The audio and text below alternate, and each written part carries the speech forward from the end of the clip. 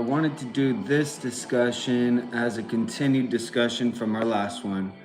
And what I'm gonna do is discuss first, and then we'll have the visuals next and kind of go over what we discussed. But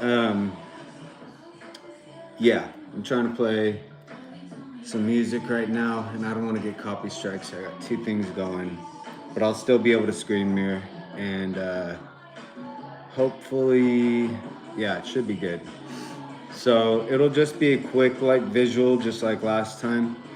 But what I'm trying to continue is a continuation from the video prior to this one, which is the discussion about ligaments in the hip region and how to possibly allow them to stretch for an easier or more enjoyable experience during the aliving process of a baby. So we don't want to lose anybody, and we don't want to lose any babies. But here's the thing, that discussion is regarding the last kind of step of, I mean, it still is relevant to the rest of the process, but that was more kind of the end. I think I said that. This one is going to be a little bit more towards the start to that point. The discussions regarding that section of pregnancy. So the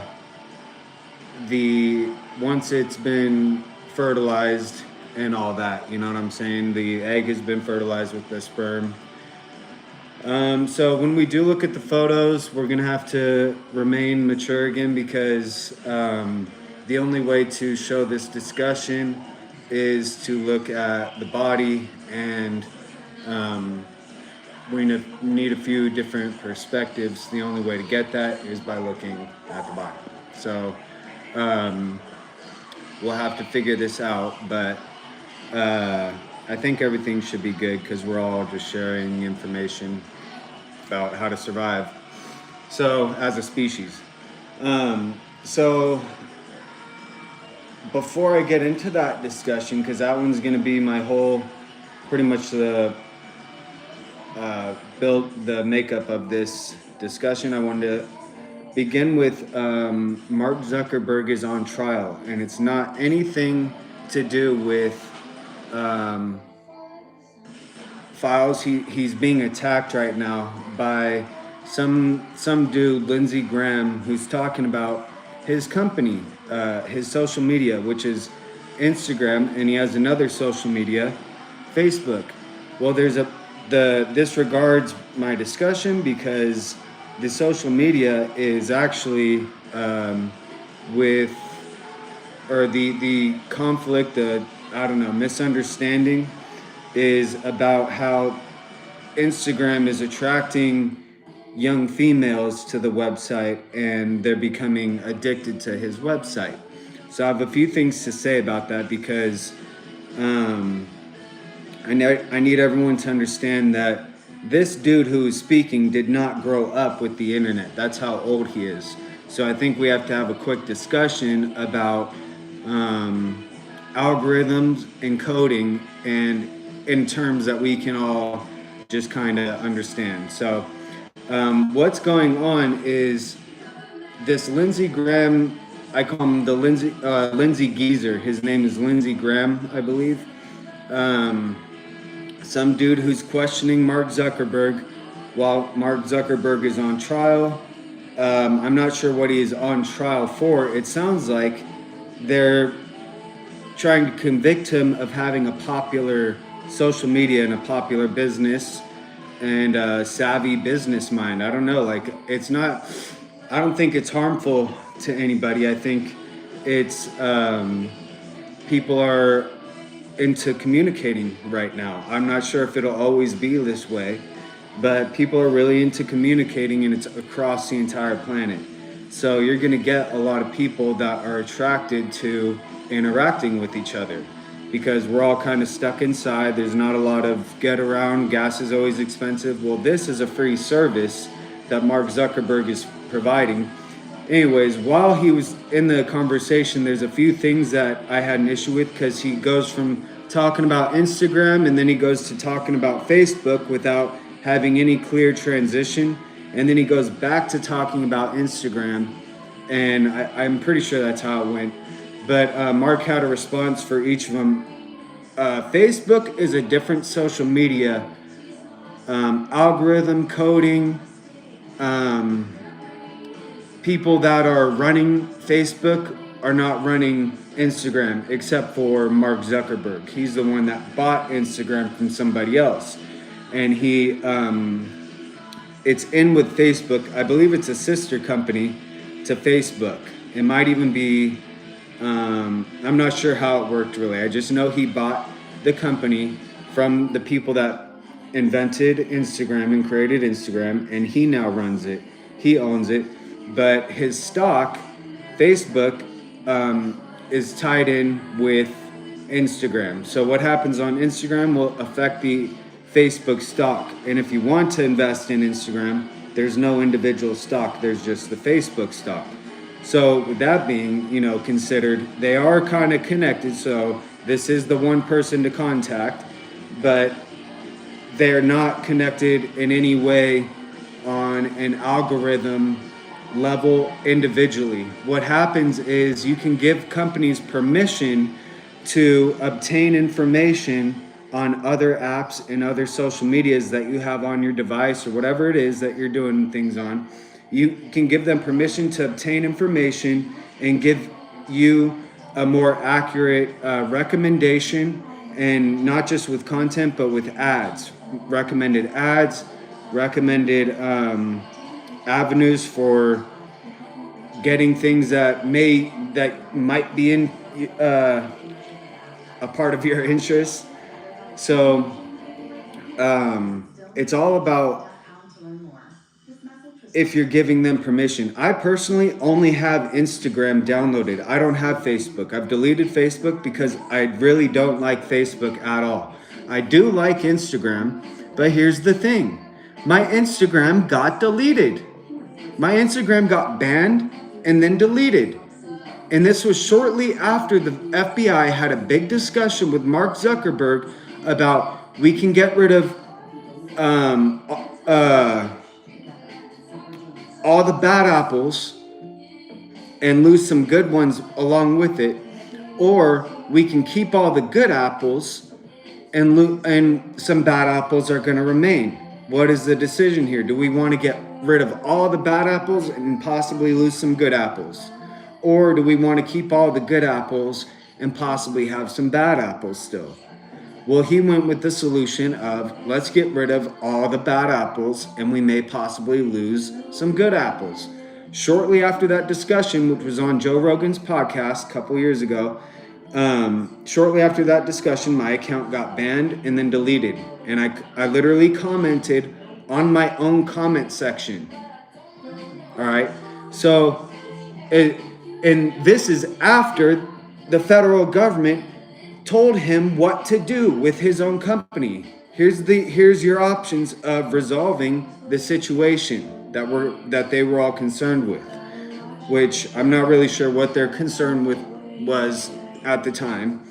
But Instagram, the way social medias work is just like YouTube. There's a like button, and on YouTube there's a dislike button. Instagram said we don't want to have a dislike button. We're just going to have the like button. Well, then he also has his thing which is associated with Instagram to repost the what is that called?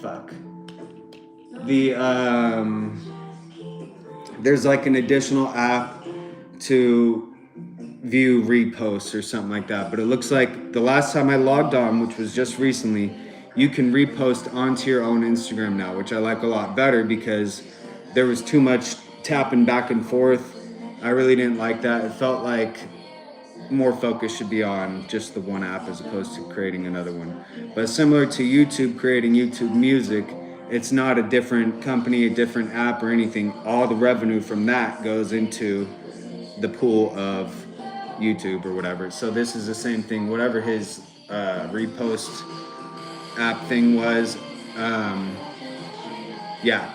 So there's interactions. There's no dislikes on there. So if people don't like something, then they don't like it. There's also the option of not showing any likes at all. And there's the option of not allowing any likes to be liked on Instagram only, not on YouTube. You can block people, you can report people, you can mute people. There's all those options. I believe all of the social medias have that option. And literally, he was going on about you saying, Mark, you're creating a company that targets their emotions. You're not, that they're targeting the emotions of people, and you're keeping them on here by pressing some hot button in their mind that continues to have them interact over and over and over. That he's pressing these hot buttons in people's mind, and then it continues their interaction, getting them over time addicted to his social media by pressing their hot buttons. I don't know what hot buttons means. It's getting people pissed off. I don't know. But I do believe we need to be able to speak on the social media platform. The thing is, it's the FBI that is controlling Mark Zuckerberg's decisions, because he's already been on trial just recently. He was on trial, and well, I can't remember now. I might be mixing that up with TikTok. But he was on trial for Facebook already. Now they got him on trial again. I can't really remember the timeline, but I just know those two for sure. And the way algorithm works is when you do like something, when you repost something, when you view something, and all these things can be kept to yourself. It could be shared if you want. All those things are interactions. So the more interactions people get, and a like does not always mean I like this content. Sometimes a like means thanks for sharing the content, you guys, because there's no other really option of like a repost on all these different ones. Sometimes a like is thanks for sharing the content, and I don't want to repost it, but you know, shout out to Sharon Press, whatever the fuck, you know. So just because something is getting liked doesn't mean it's always something that people like, okay? And that all has to do with their own free will to hit the like button, to view the content, because they can report, they can block, they can mute people. They can also choose to get off the phone and do literally anything else. They can choose to do any other app. There's multiple games they could be playing. And then to target this person for having an algorithm that responds to interactions. So that's what he said, is this is a social media site that allows people to interact with each other and communicate with one another. So his algorithm is set up on when someone is interacting with this person, then they're going to get more interactions and probably meet more people and interact with more accounts because people are interacting with them. Whether it's a good or a bad thing, what's good and what's bad. And everyone's response for that is probably going to be something different because it's an opinion word. So, or words. So his algorithm encoding being set up in a way that promotes or helps accounts communicate that are already getting these interactions, that should be something that all social medias do. That if people are getting interactions, then this person, is saying something that they either like or dislike. You don't always have to be brought into fame through everyone liking you. People say controversial shit all the time. Comedians are always saying stuff. All art has controversy in it. So,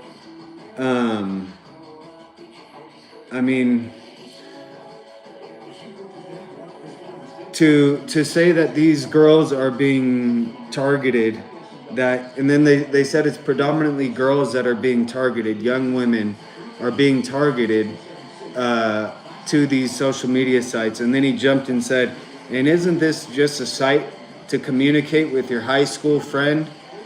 That happens to be what the majority does on Facebook, which is what then got discussed. But he just jumped without kept cutting Mark Zuckerberg off. That's what the majority does on Facebook, but not on Instagram. On Instagram, it's entirely different. The interactions on Instagram are more with influencers, artists, people that are in productions, and I don't know, a little bit different than, I'm not sure if people knew them in high school. I have no idea, but it's not the same as Facebook. And I'm not sure why Facebook is kind of like that. I think it's because Facebook started out as a company that was built on college students interacting with one another, and they required a college ID. Then they stopped requiring the college ID, and everyone went to Facebook to interact with each other. So that was probably where that came from. But X is not like that. That it's just following and interacting with high school people. Instagram's not like that. YouTube's not like that. I don't know really any site other than Facebook, and I think that's why Facebook is still relevant, because that's the only one that allows people to do that aspect of communicating. They can communicate on other ones, but people get into, I don't know, different avenues of their interests. So it's not always like, well, let me fucking constantly be talking about someone when I'm trying to be looking at fights go down or whatever, And so with it being called something that's just about high school people talking with each other, or people from high school that knew each other that are talking with each other now, that might be what the majority is doing, but that's not what the company is about. That just happens to be what the account holders are doing with with their accounts. And I'm not sure that is really a bad thing. I don't know why that would be a bad thing.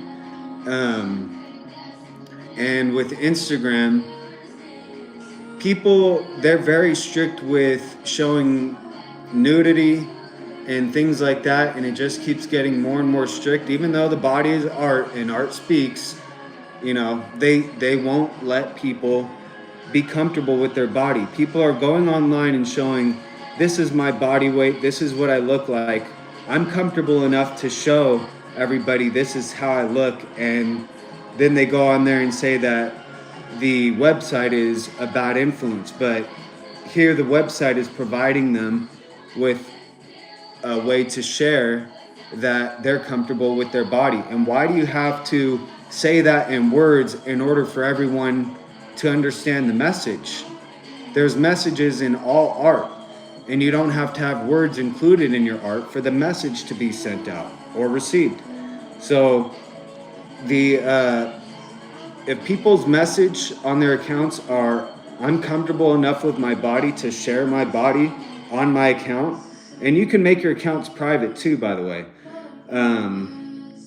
But why, I don't understand why that's a bad thing, that someone is comfortable with their body to the point that they're willing to share it on social media and interact with other people that are sharing their bodies. And although it may not be what everybody considers a perfect body or perfect health, they're still on there doing their thing, focused on their own interests and interacting with other people, and hopefully finding other people that are about their interests and their lifestyle. So that's also what it's about, is finding, you get to find people, because sometimes your groups of interests, whatever, might be kind of small, and finding someone's interest might also be something that starts to get spread. You know what I'm saying?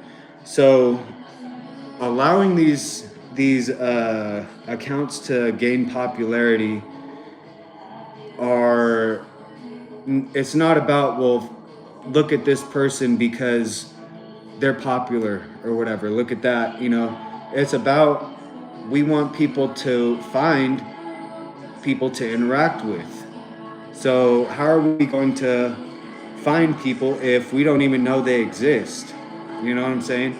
And so everyone has their own theory, and the algorithms are always changing, by the way. It changes according to the interactions of the account. What is someone saying about an account? Are they getting blocked? Are they getting restricted?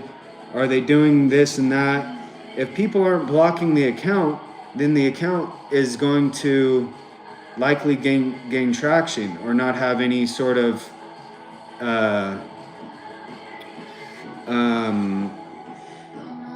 what am I trying to say? Dispute, any sort of dispute with the company's filter system or whatever, whether it's people or AI. But yeah, I think that people are interacting, and now, since the algorithm works, he's mad at Mark Zuckerberg. And here it is. This is how the algorithm works, you guys. If people are interacting, everyone's allowed to live their life however they want to live it. So if someone's body looks a certain way, this is their life and their body. So they're allowed to live their life how they want and share the information of their life, you know. And no one knows when they're going to develop some sort of mutated cell scenario and get cancer, fucking have a heart attack. So a way to permanently share your photos, your life, your interactions, your comments, your everything, permanently sharing it with the world is by uploading it to Instagram. And what's cool about that is it actually has a lot of memory, I think an endless amount of memory, to be able to upload to Instagram. So if you're short on memory with your photos, you have this place to upload, you have another place to upload, you can make them private.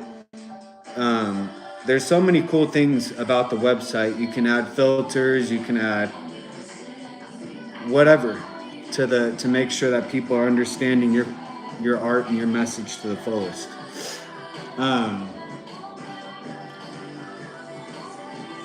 What was the other thing? And then he was saying, if these social media companies were a car, this is what Lindsay Geezer said. If these social media companies were a car, you should not be the driver, Mark Zuckerberg.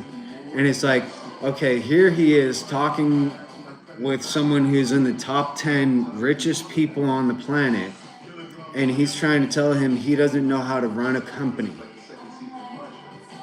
So, I would say otherwise. I'd say he does know how to run a company. The issue is the government will not allow him to do the things that he actually wants to do.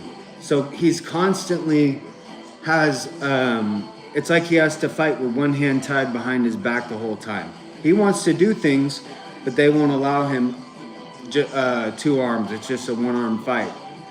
You know what I'm saying? And I think that's really what the issue is, and he's doing his best that he can with the circumstances that we're all enduring.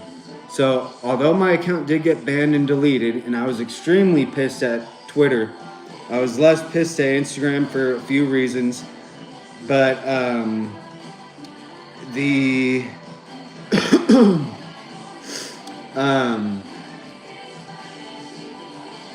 I would say that it just all goes with the story. You know what I'm saying? this is the reason why I'm not really upset with Mark Zuckerberg. I more blame the FBI.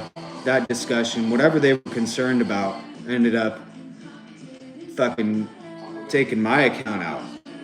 And I started up this one now, which is Sea Moonshines. But it just sucks because I had so many interactions.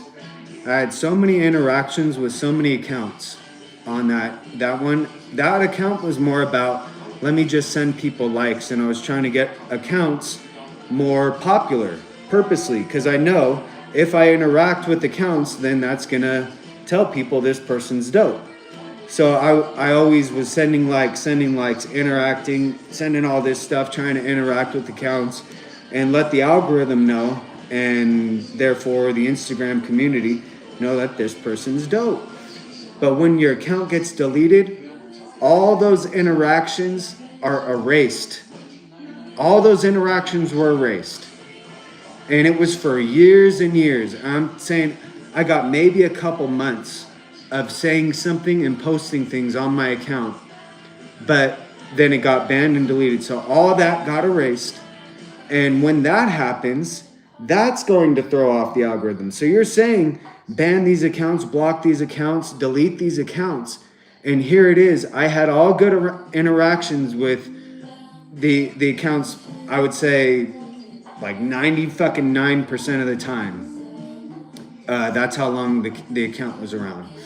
And then it got deleted, and so all that is gone. That's erased from the Instagram memory. That's how it is on every social media. So when you delete accounts, remember I said his solution that the FBI gave him was to get rid of all the bad apples. You got to get rid of some of the good apples. Well, now you're seeing why some people that are good apples are falling out, and it's nothing he can do.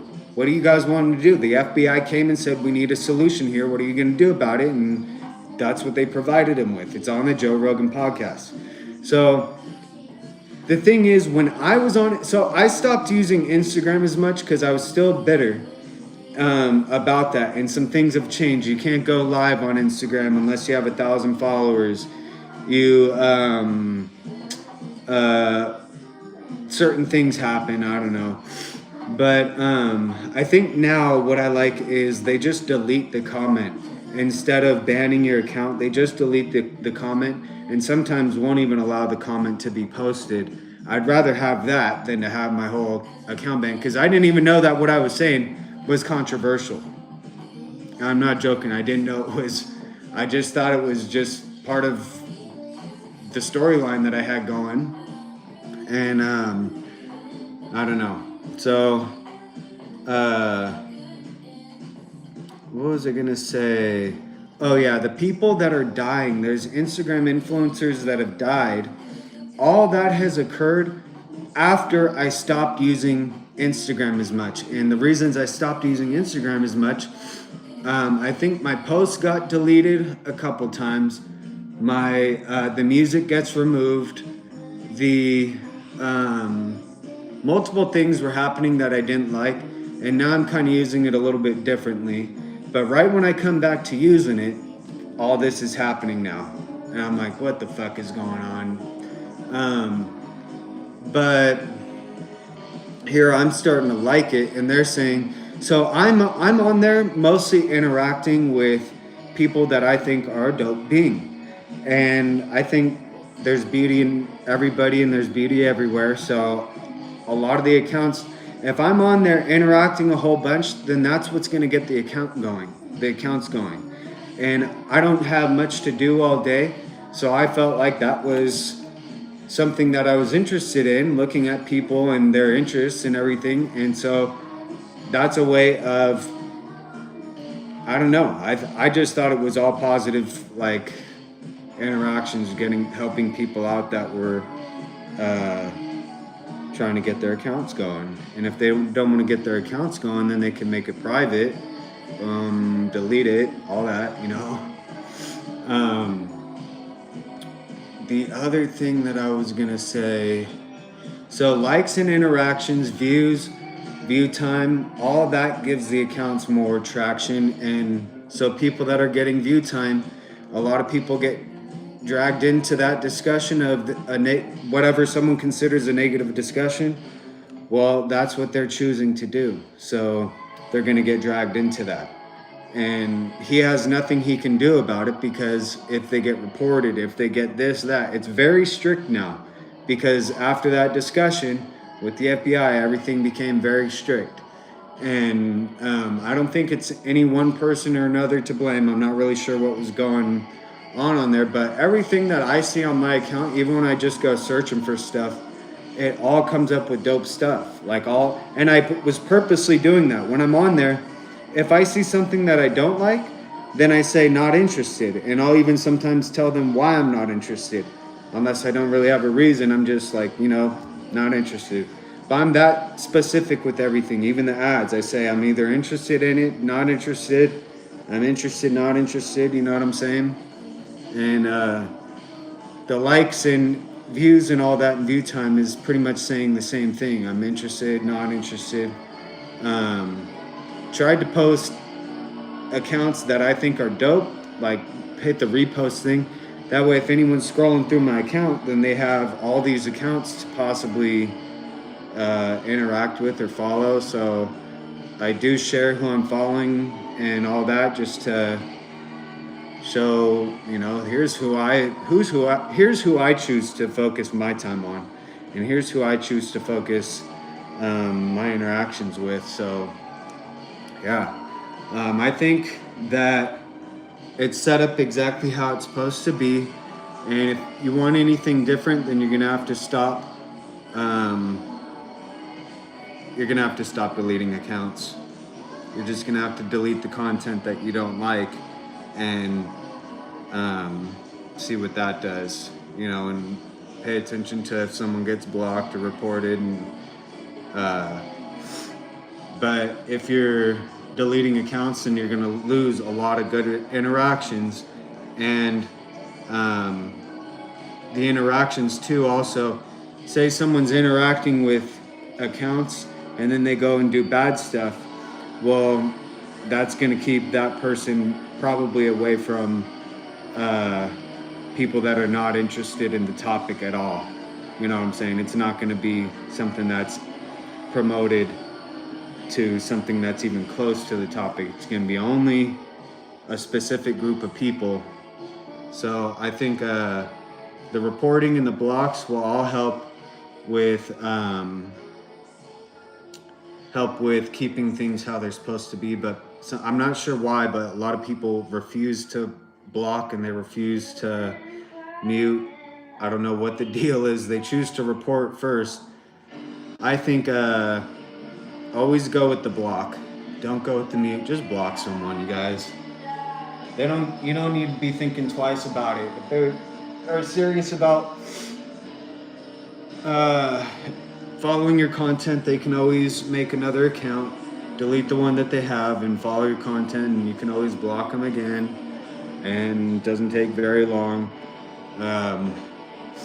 It's pretty much gets down to that. So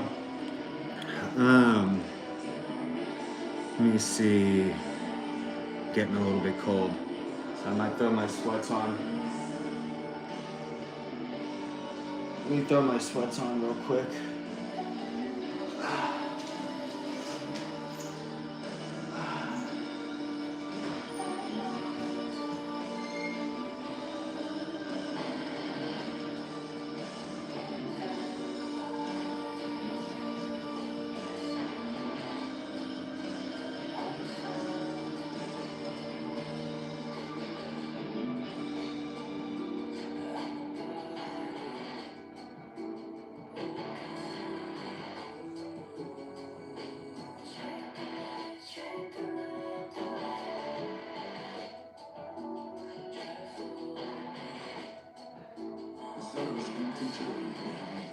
He built an industry-leading company right here in California,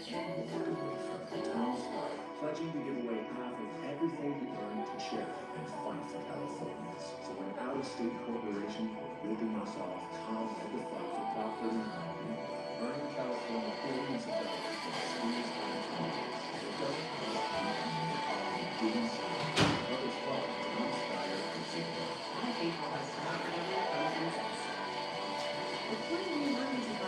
guess I could put this on.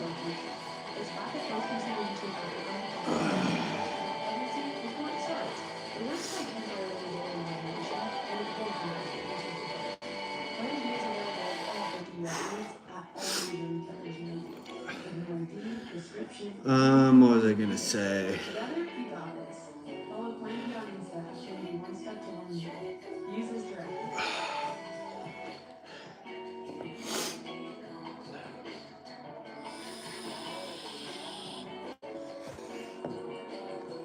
What's what I was gonna say? Oh, am I on the wrong phone for anatomy? So I'll just have the discussion then, and then we can do just continue it on the next one. Yeah, I don't have the app on this one. I'm just gonna do the discussion.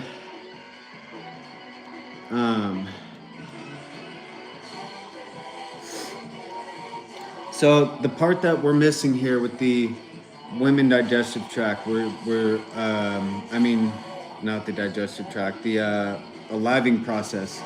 The part that we need to focus on for a moment is the digestive tract, because it has to do with what we left off with on the other one.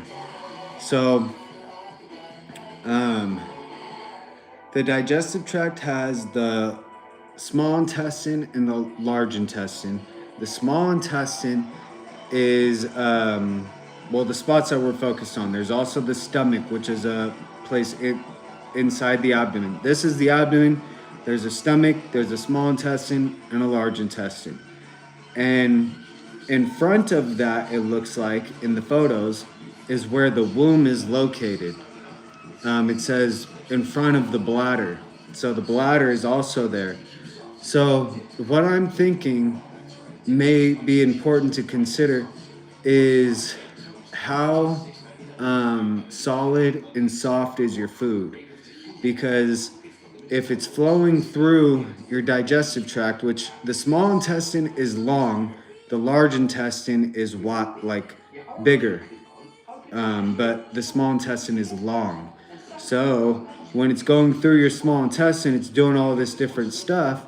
Well, if you have something that is not very soft, not very smooth or whatever, then it's going to be harder to pass. And things that are harder to get through your digestive tract are going to be meats like beef and steak or whatever. And the other thing that would be kind of hard is like cheese. But I also read that during the process, since the baby is right there, the baby is pressing on the digestive tract and can cause heartburn, because when there's something that presses on the digestive tract, you can get backflow into your stomach. And when you get the flow into your stomach, it causes the stomach acid to, I think, reach maybe your esophagus. And they call it heartburn because it's the spot that's getting burned. Your esophagus is from your mouth. The mouth is the start of the digestive tract. Your esophagus goes down to your stomach, which is like a sac that holds it, and there's stomach acid in there that breaks down the food. So when something gets pressed, if the stomach gets pressed, you could end up squirting stomach acid, I guess. But the stomach is actually more higher up, I think, like right kind of in between the lungs and right below the heart. So right at the bottom of your esophagus, somewhere in that region near the heart, is where it's going to get squeezed, and then you'll have heartburn.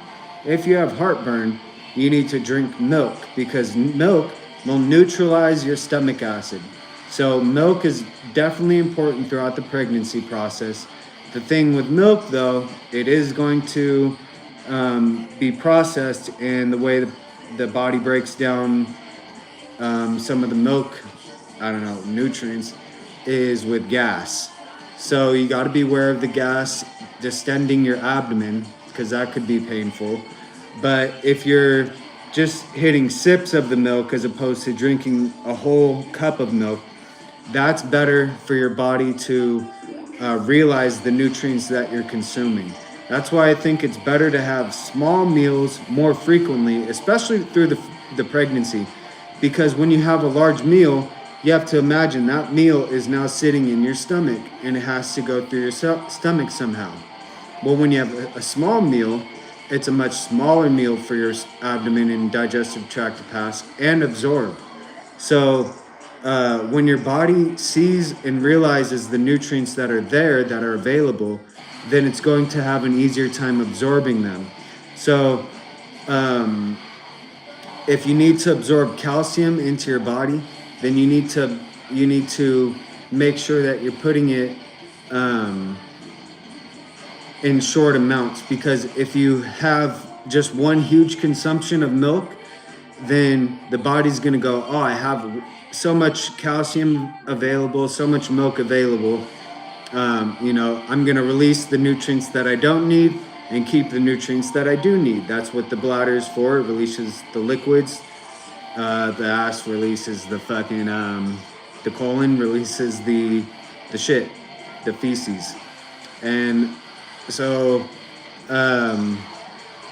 if you have a whole glass of milk all at the same time, then the body's just gonna go, I have so much calcium and everything available that I'm gonna release some of it. It will still work, you're still gonna absorb it, but I'm just saying that you don't have to do it that way, and you can have a lot less milk and therefore a lot less bloating and gas if you're consuming the milk in an entirely different way, which would be short, like bursts of milk, just and things that are incorporated with milk. So the other thing is, if you're having a liquid, then it's going to flow through your body a lot faster than if you're having a solid that's consumed first. If the solid is consumed first, then the liquid is then going to meet the solid. It has to dissolve the solid. It has to make the solid smashed up or whatever. I don't know. What do you want to call that? It has to break it down to a smoother thing in order to pass through it. So if you consume your liquids first, you're going to release your liquids really fast. And the other thing is, your solids might be having a hard time breaking down because they haven't met any liquid on top of it. It might even be hard to pass through because it's really dry. You consume something really dry, all right? And now it's just this thing in your body that that is like a plug, I guess. So in a situation where you don't want heartburn, where you don't want something squeezing up into your thing, it could be beneficial to have something that's more solid. But I would say when we're focusing on the size of the meal and what it's doing to the digestive tract, I think consuming the large meals all at one time could be also what's contributing to this heartburn, allowing the digestive tract to have expanded to that point. Whereas if you have maybe a more narrowed digestive tract, then this wouldn't be happening. Also, the baby might not be moving around as much if it's not getting bumped the entire time with something that's solid, something bumping it, pissing it off, waking it up or whatever it's doing while it's in there, the fetus, whatever. You don't want it to be getting disturbed or hit with anything. Like I'm not sure how solid like just consuming cheese would be, but I'm sure it's probably not going to be very comfortable for a bone system that is still developing. It's going to be a very soft bone system, and we don't want anything disrupting the bone system from coming out exactly how it's supposed to look like, because that's going to cause a lot of issues if it has any sort of dent or anything. So smooth things, I think, would be a lot more ideal, because it's going to flow through the body a lot easier, and it's also going to allow the body to absorb things a lot easier, because it's flowing through your digestive tract, your whole thing, a lot easier. So there's a lot more space throughout to absorb and just immediately have that full sensation, as opposed to eating something more solid and then you got to wait like an hour or two and finally feel full. So you don't want to consume something that's too liquidy, that you're going to that you're going to not have something solid to pass, like what do you got?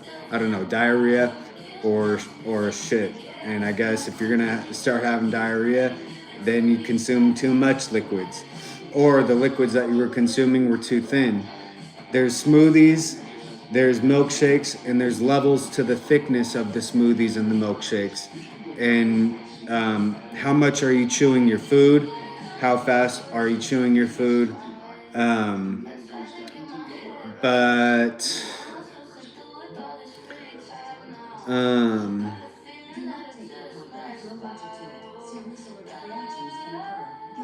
let me see. Yeah, I would say the heartburn thing is still dangerous because the stomach acid can cause ulcers in the esophagus, and it's really painful. It can actually cause, I think, full on hole. So, and then consuming something that's not natural, like some sort of stomach neutralizer, that's not ideal. So I would say definitely choose milk or a milkshake. That would be dope too. Probably the best would be a milkshake and just sip on that, like slowly. And the thing is, when you consume milk, like I said, it neutralizes the stomach acid.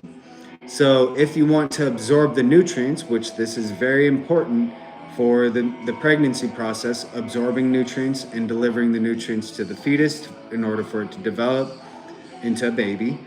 The nutrients that you consume can only be absorbed if they're broken down.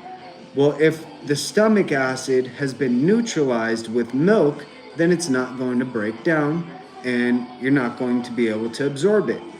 So if you consume milk first and then your meal, you're pretty much telling your body, I want to feel full, but I don't want to consume all of this nutrient.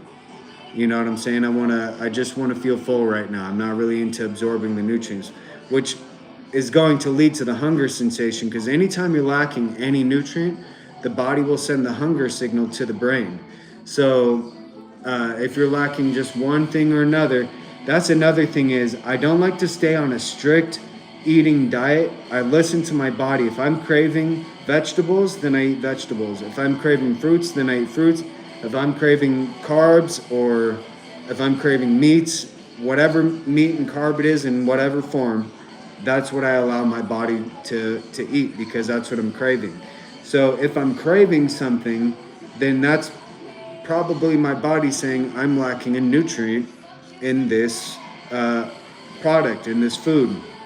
So I need to get this food and my body will stop being hungry. So I just listen to my body, whether I'm getting pizza, milkshakes, cereal, anything that I said, pies. So I want everyone to remember that during the pregnancy, because I'm seeing a lot of people, they're getting pregnant and they're being told to consume too much food, or something's going on where they're one size to begin with, and then they're another entirely different size at the end. And there's a ratio of what you should probably remain in, because your body is growing up a certain way. So you're only going to have a certain size liver with what you grew up with, a certain size kidney, a certain size. People that are bigger have bigger kidneys. People that are smaller have smaller kidneys. People that have grown up as a large person probably have a liver that is larger and used to processing the foods that they've been consuming, which is why they continue to survive, because everyone is born with different sized organs, because over time your body is going to be a certain way. Well, what way did you grow up as? And that's what you should be comparing yourself to really stay healthy and not have to have any sort of medication like blood thinners or something like that. What's the size that I grew up at? That's the size that we're keeping in mind. And then when you're going to start producing a fetus, it goes from being 0 pounds to being about anywhere from 6 to, I think it could be up to 10 pounds. The reason why I say I believe they're telling people to consume too much is because if this being that grew up smaller is consuming a lot, then they're not going to be producing the 6 pound baby, they're going to be producing a 10 pound baby. But this being that grew up smaller has smaller hips and smaller things like that, the hip region that we were just talking about with the ligaments. So aliving this baby and delivering in the whole delivery process can be possibly ruined or complicated or painful because someone told a small person to consume what a person that is at the upper limit of normal BMI, consume 2,000, 2,500 calories. It's over a 9-month process. You need to consume enough to make something that is about 6 to 9 pounds. And when I get food, I go by weight. I don't go by, when you're pregnant, you're gonna have to really, how far do you want to get into it? But I go by weight. I don't go by the nutrients. So if if lettuce is a pound, and I have a pound of that lettuce, then what I just consumed to me is a pound. I'm not going by, it's like, how are you supposed to lose weight if what I just consumed is a pound? And then it only has about 25 calories in it or whatever the fuck it is. A pound of green beans is a pound. And it only has 25 calories per serving. Calorie is a measurement of energy, because heat is energy. Calorie is a measurement of heat. And so I'm not getting much energy out of this thing that is still a heavy thing. So this is where that all comes in. That's why I say it can be a fun process if you know about all this stuff, that milkshakes can be healthy because they have high calorie.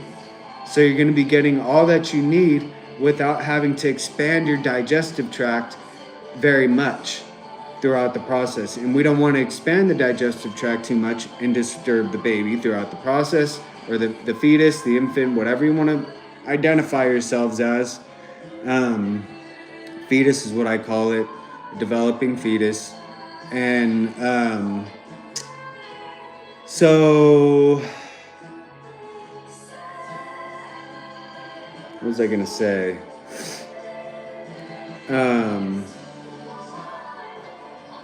Consuming the things, smaller things, higher calorie. You want smaller meals, the higher calorie. We're not wanting to recommend people gain all this weight, because you're also going to fill up the region in the hips that may already be a narrow region.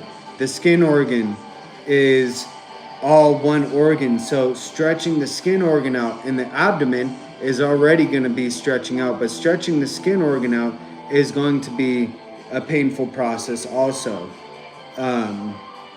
because it's all attached to itself. So the stretching of the skin organ is enough with a 6 to 10 pound thing growing inside of you. It's already enough for that. It's taking enough stretching. And to tell someone to be consuming in abundance, when here's what their body weight is, here's how they grew up as, so here's what we're going to be doing in order to produce a 6 pound to whatever healthy pound baby is healthy. It doesn't have to be the fucking biggest baby in order to be the biggest human mammal. That's not true at all. You can be born at various sizes, and that whole process after of how big will the person be, how big will their bones be, and all that all has to do with their epiphyseal plate and how are you nursing them, which could be our next discussion. That we're getting a little bit beyond the mortality rate thing here, but nursing them with the amount of nutrients that they need for their the skeletal system to develop, which is in development until the epiphyseal plate closes, which some people, your epiphyseal plate will not close until about 25, or I've even heard later than that. And then some people's epiphyseal plate will close a little early, and so they've been diagnosed with something called dwarfism, or they're a dwarf little person, because their epiphyseal plates closed sooner during their growing process, not the process of development, as far as I know. During their growing process, the epiphyseal plate is closing soon, too soon compared to, what's too soon, but compared to what I guess the average height is of the species. So some people that are growing really tall, they might say theirs didn't ever close, theirs closed too late.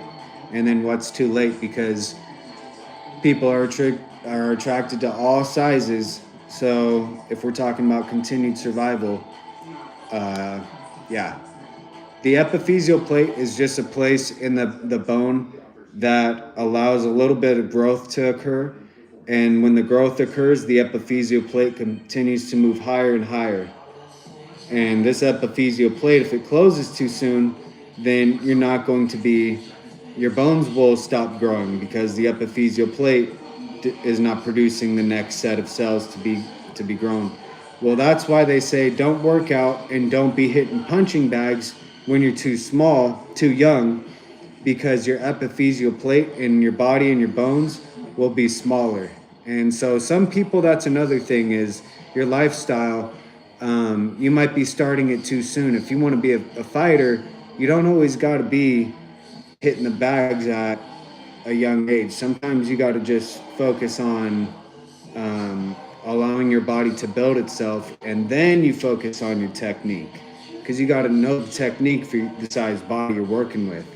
So not everyone wants to be tall. If your epiphyseal plate closes, that's all on you. But with the gym, it's an issue because you have things pressing on your epiphyseal plate, and then you have things pulling on certain epiphyseal plates, and that's going to result in certain things growing long, certain things shortening up.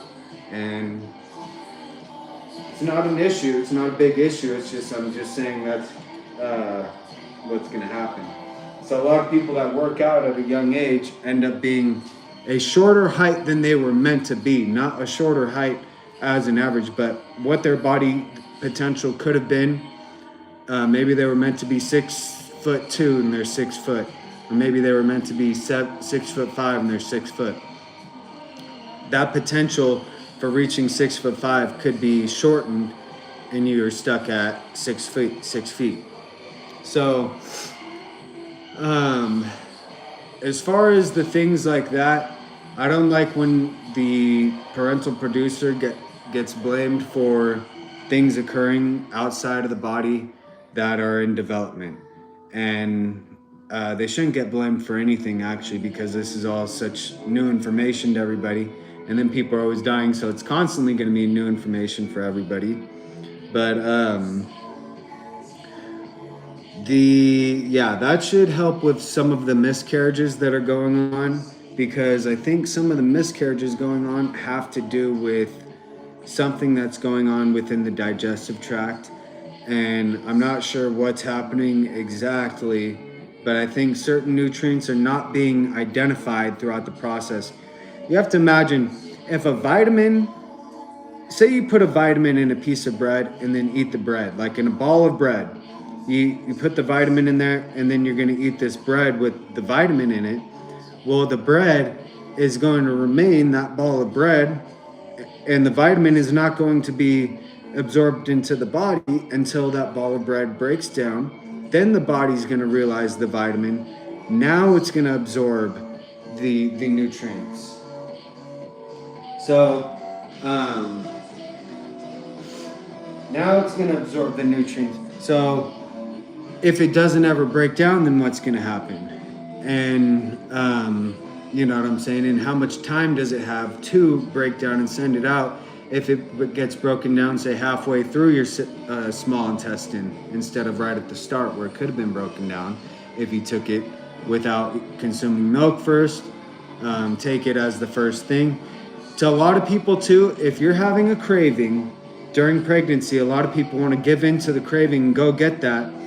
You should stop for a moment and make sure that you're hitting all your vitamins, because you got potassium. You need vitamin D to absorb calcium, so keep that in mind. Vitamin D is just the sun or light or consumed from milk, but they got to put it in the milk. They're fortifying milk with vitamin D. So you got to have vitamin D, potassium, iron. Iron is the anemia. Apples have iron. The apple skin has iron, so apple juice. Grapes have iron, so raisins have potassium in it. They're higher in potassium than bananas. Bananas have radiation in them. You guys, bananas have radiation. They go, well, the banana radiation levels, I'm not sure how they get radiated, if they're absorbing the radiation from the sun. That's why getting your vitamin D from the sun is also risky, because the sun is radiation. So you're going to want to get your vitamin D from milk that's fortified with it. And the milk should be safe to consume, because the hormones that are found in the milk are similar hormones to what is already going to need to be produced to produce your own milk, which is the estrogen. So there's no girl or guy hormone, but I think that milk does boost estrogen levels, which could be healthy for your own milk production in the near future. And yeah, bananas have radiation in them, so stay away from bananas. Raisins have far more potassium in them. Raspberries have more vitamin C in them than, I think raspberries and strawberries have more vitamin C in them than oranges. And oranges are known for their vitamin C, but raspberries and strawberries have more vitamin C. Vitamin C apparently boosts the immune system. So raspberries and strawberries will keep you healthy. Oranges I would maybe stay away from because it's acidic.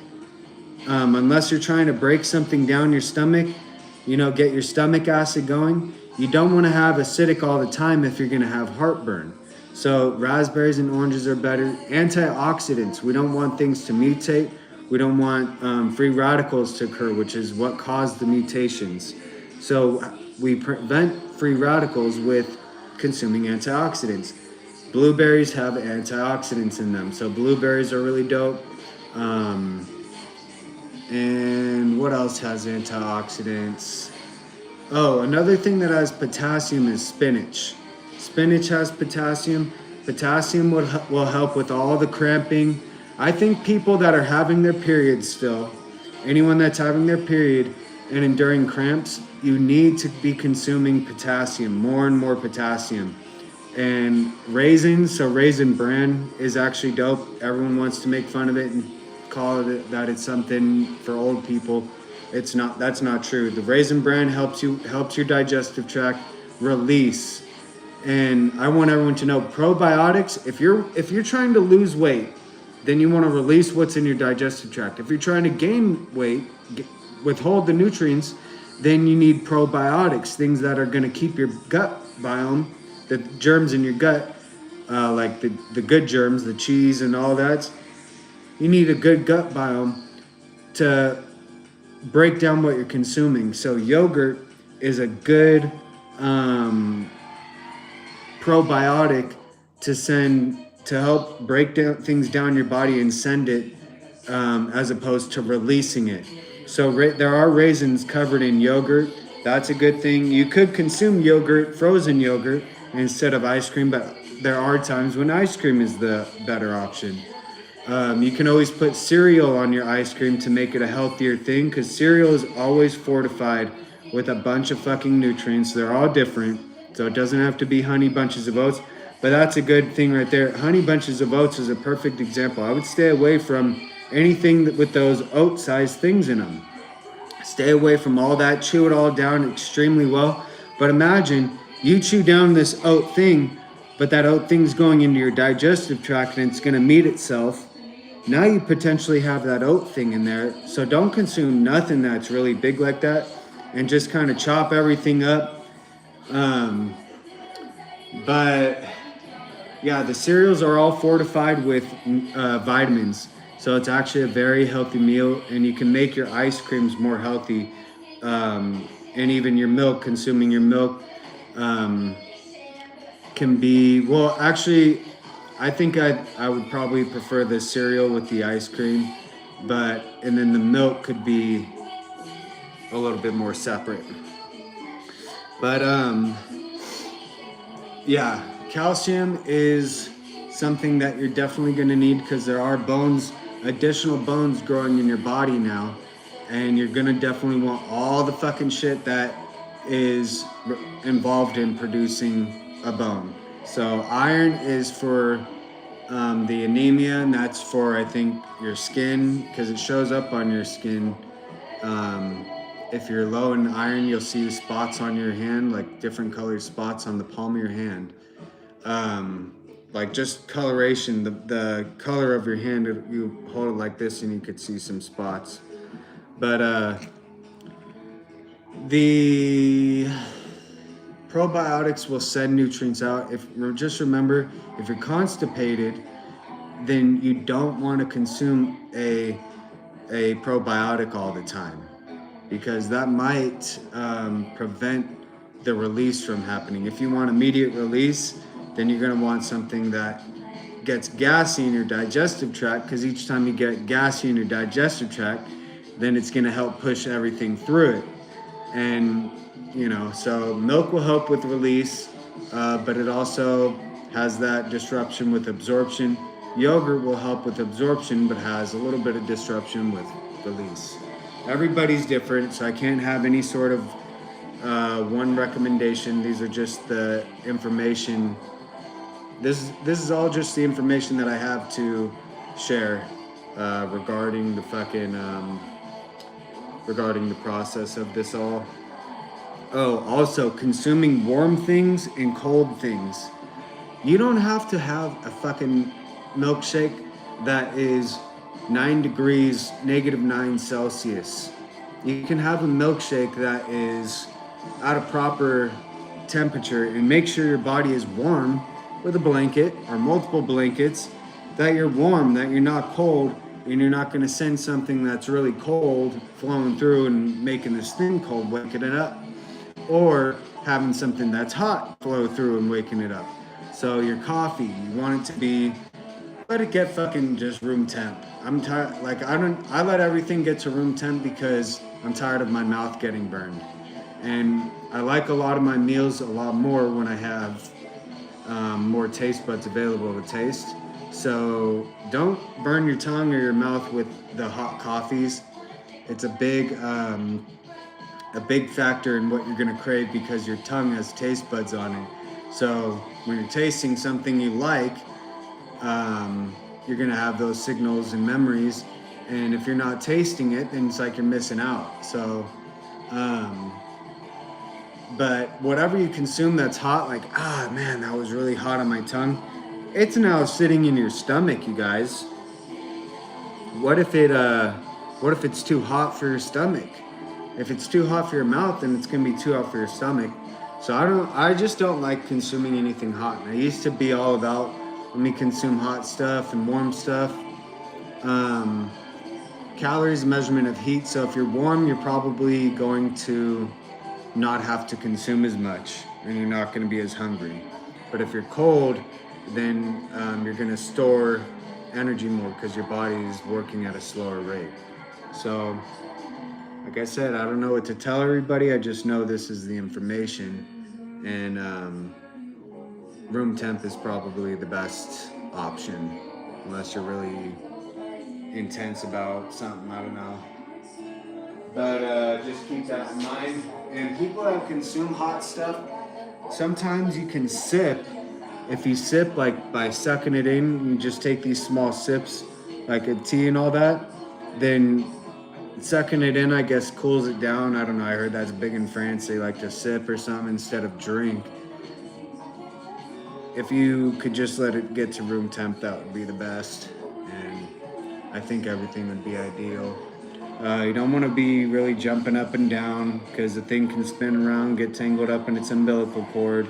You don't want to be rolling around a whole bunch, and that's why it's best to just kick your fucking feet up, and relax for 9 months and let this thing that's going to be a permanent factor to your life have the best results that you can give it. Because if you're moving around too much, then the baby's going to be moving around too much. You just want to kind of sit in the same exact way that you've been sitting this whole time. Don't be doing a whole bunch of spins. You can save that for celebrating after. For everybody that's running into someone that's pregnant, be very gentle. If you're going to touch them, imagine you're practicing for the baby that you're going to be holding or hugging, whatever. You gotta be very gentle because we don't want no flipping. We don't want to wake the thing up. Whatever it is, we don't want nothing. Give it the best conditions possible. I heard they can hear stuff and feel the hearing and stuff. I'm not sure if that's true or when it happens, but the vibration of music and talking and things like that, it can actually get your fetus to relax if it's kicking and do stuff like that. Or you can put headphones, I heard, on your stomach and play like soft music, and they'll actually hear it, or not hear it but feel it. I don't know, I'm not sure, but they are in a fluid and it probably is hard to hear through something, but I think they can feel it, and it's like a calming thing. And I'm not sure if they're gonna know, oh, he's listening to Slipknot, he's listening to Green Day, he's listening to Eminem. What they're gonna feel is just vibration, and they're not even aware of what it is. It's just, here's vibration. It's probably exciting. Any vibration is probably gonna be something that's exciting to feel, because when it starts developing nerves, it's feeling something for the first time, or maybe allowing the nerves to send itself to locations with the vibration, because vibration is actually something they use in therapy, not just like talk therapy, but physical therapy. They use vibration for a lot of things, and I don't know, I guess it's beneficial. So the vibrations can do things, all the different frequencies have different results and all this stuff. So people have their theories on what's the best frequency, what's the frequency of the universe, and what, I don't know. Maybe you can look up what's your favorite frequency of your favorite color. I mean, what's the frequency of your favorite color, and then see if that correlates with a favorite frequency of sound. Because light is frequency and so is sound. But yeah. So the digestive tract ends with the colon and the rectum, the anus, whatever you want to call the butt, the hole that we all have that we're stuck with. That's more the region that can be stretched out without hitting the bladder, without touching anywhere near the womb. But getting beyond that might be more and more risky. The thing is, you are passing food through your thing all the time, and everyone knows how it's coming out. So however that's coming out, that's probably what can be pushed in. I'm not sure what's going on that you would do that. Just wait a few months and you can do whatever you want. But the colon is the spot that the digestive tract needs to be stretched out. Just like you're eating a big meal, this is what's going to happen. A big meal and you're stretching your stomach. Well, now you're gonna send the signal to your colon that you've had a meal, because you're probably not gonna feel as hungry when you start stretching your colon. But after the stretching session or whatever your process is, you could probably start feeling hungry again. And but it could help with releasing old nutrients, bacteria, help release the bacteria that's sitting in there. The dangerous part about being too big also is your digestive tract could end up getting longer, And if the bacteria in your body sits in there for too long, then that's not going to be healthy. Bacteria builds up, and over time, it's going to build up more and more. And it can mutate at all times because it's a single celled organism compared to us, which is multi-celled. So they replicate at a much faster rate and they're going to mutate, which means it's very dangerous to have a digestive tract that's too long. So everyone that's stretching it in a deep way, whether it's from the mouth or from the anus, beware of that. That if it's sitting in there for too long, that's bad. And if you're releasing it too fast, that's bad because you want to be able to have the nutrients that your body needs. Your body will accommodate itself. It'll eventually realize, all right, this spot is, not available for absorbing nutrients right now, and it'll accommodate a lot of the times. But yeah, stretching the colon about that region is all I'm talking about with stretching the hips. If you're gonna stretch the hips any more than that, then I'm talking about prior to and during pregnancy, you can go about doing that. But by getting wider and wider, just like we all know that the skin stretches. I think people stretch their ears in other countries. Well, the skin can get wider and wider, and sometimes you'll reach a point of it doesn't go back to how it was, but the skin gets poked with a needle, say, and you pull the needle out and it'll close back up. Well, the rectum is a little bit similar to that because it's a muscle. So the muscle can be worked out and therefore close back up. So it's going to, just because you stretch it out one time doesn't mean it's going to remain stretched forever. And some people that's a good news, some people that's not so good news. But stretching out your anus, your rectum, and your colon is something that if you want it permanent, then that's going to be how it is. If you go too big, just like with your ears, that's going to be how it is. If it's just like a needle and whatever you want to go from there, how far are you wanting to go? And that's why if you're prepared before, you'll know, okay, I can stretch myself to this point and this is where I need to be at. This is what's possible for myself, and maybe make the process a little bit more enjoyable and easier, because if you're having a hard time during the delivery process, then it's going to be very undesirable to have a second baby, a second offspring. So that region is located right where the baby is, or the fetus is going to be alive and become a baby. So it'd probably be the best spot to stretch as far as the skin organ also, because the skin organ is right there. So it needs to be, if it needs any room to allow this baby into our existence, then it's all right there or whatever, because the abdomen will be stretched out and things are going to be uncomfortable already enough. But if you have just these little hints of what to do, then things can be a little bit more comfortable.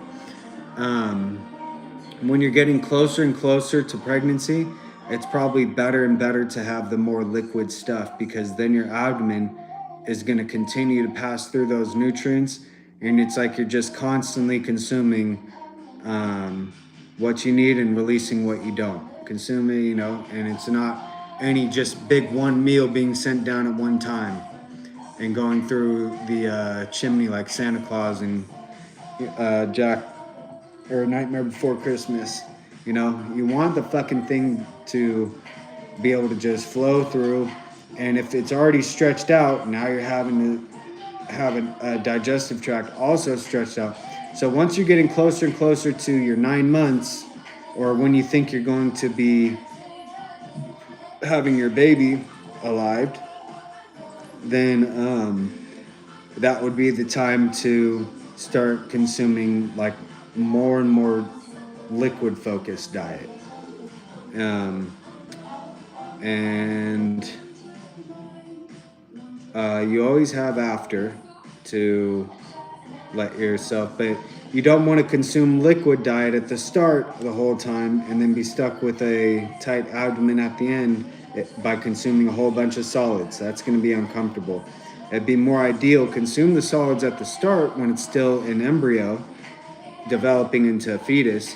Now we're going to fucking start incorporating the fucking the whatever it is, the milkshakes and everything, more liquid stuff, even thinner than that, I guess. And then that should also help with cravings too. And then once it gets closer and closer to probably at the 9-month mark, like 8 months to the 9-month, you hit the liquids then, and your abdomen will stay without getting too stretched out. We're not too worried about stretch marks because you can always microneedle and laser, but it might even help with that. If you, when your skin, that was another thing, when your skin is growing, it's going to need collagen. So if it's stretching, what you're going to want to do is consume collagen supplements, and that will allow your skin to stretch more easily without having any stretch marks. Because the skin can stretch and not leave a stretch mark. It can also unstretch and not leave any wrinkles, any sagging skin. So you need collagen in both. I know that when the skin is stretching, you're going to need collagen because you need your skin to be elastic, have the elasticity aspect, and the collagen allows the skin's elasticity or whatever. So that's why you won't get wrinkles because it can get big, it could get small because it's not. If it's stretched to a point that was too fast, then that's when you get the stretch mark. So some people it happens to people that work out too much and they stretched out their muscle. All of a sudden you just have stretch marks on your skin, and it can happen to people with pregnancy that they'll have stretch marks on their skin. Some people don't have that because they've already been stretching their skin, or they just have like maybe looser skin. If you're bigger and then lost some weight, you'll have looser skin because your body has already been stretched out. Now you lost weight, so you're gonna have skin available. So all those things are very important to keep in mind. If you gain weight, or if you're at a certain weight and lose a little bit of weight before the pregnancy, that might be dope because now you have a little bit of skin available for this extra 9 pounds or whatever. So there's a lot of things to consider. That's a lot of information. I've been talking for 83 minutes now, which is almost an hour and a half. But we talked about a lot, and I feel like that was a lot to absorb. So we're going to skip on looking at the photos for now. But all I was going to show you was the digestive tract, where it's located, and the colon, where that's located. You really don't, I mean, you can look that up. Just look up digestive tract, female, digestive tract with womb, female, and you can see everything that I'm talking about. But that's just to look at, because remember, everything is just a drawing, so it's nothing is exactly what you're seeing. But just to give yourself that in mind, and you want to watch a lot of positive stuff during the whole process. Keep things that are releasing the endorphins into your body. You want to watch things that are fun, Disney, fucking Hulu, movies that are fun. If people are into being scared, then that might be an endorphin release for your body and be a good thing. So it's not about, so let's not watch scary movies. And if someone likes things that are scary, then that's a good thing for their body to feel that endorphin release and be having fun during the whole thing. So focus on fun the entire time. Kick your feet up. If you want to hit the workouts and everything, that's all available for the rest of your life after. But right now, we just want to stay. The less movements there are, the less odds there are that there's going to be any sort of tripping or even with the baby or fetus, it flipping over and getting tangled up. Um, so kick your feet up, listen to music, listen to whatever you want, and release the endorphins as much as you can. Um, we'll keep hitting this topic as I have more time to share the information and actually allow it to be absorbed. I don't like going too fast with stuff because then it's too much all at once. So let's let this sit with us for a moment, and we'll get back to the topic the next time we feel like talking about it. But those are two pretty big discussions, and I feel like that's going to help a lot of people remain happy, continue pursuing their happiness. Um, Hopefully add to the fun. Hopefully your fun being figuring out fun for yourself, and you're going to add someone fun, because that's what we all want here. It's that simple, you guys. Give me another being that wants fun. All right, that's it for now. I hope you guys are living a dope life.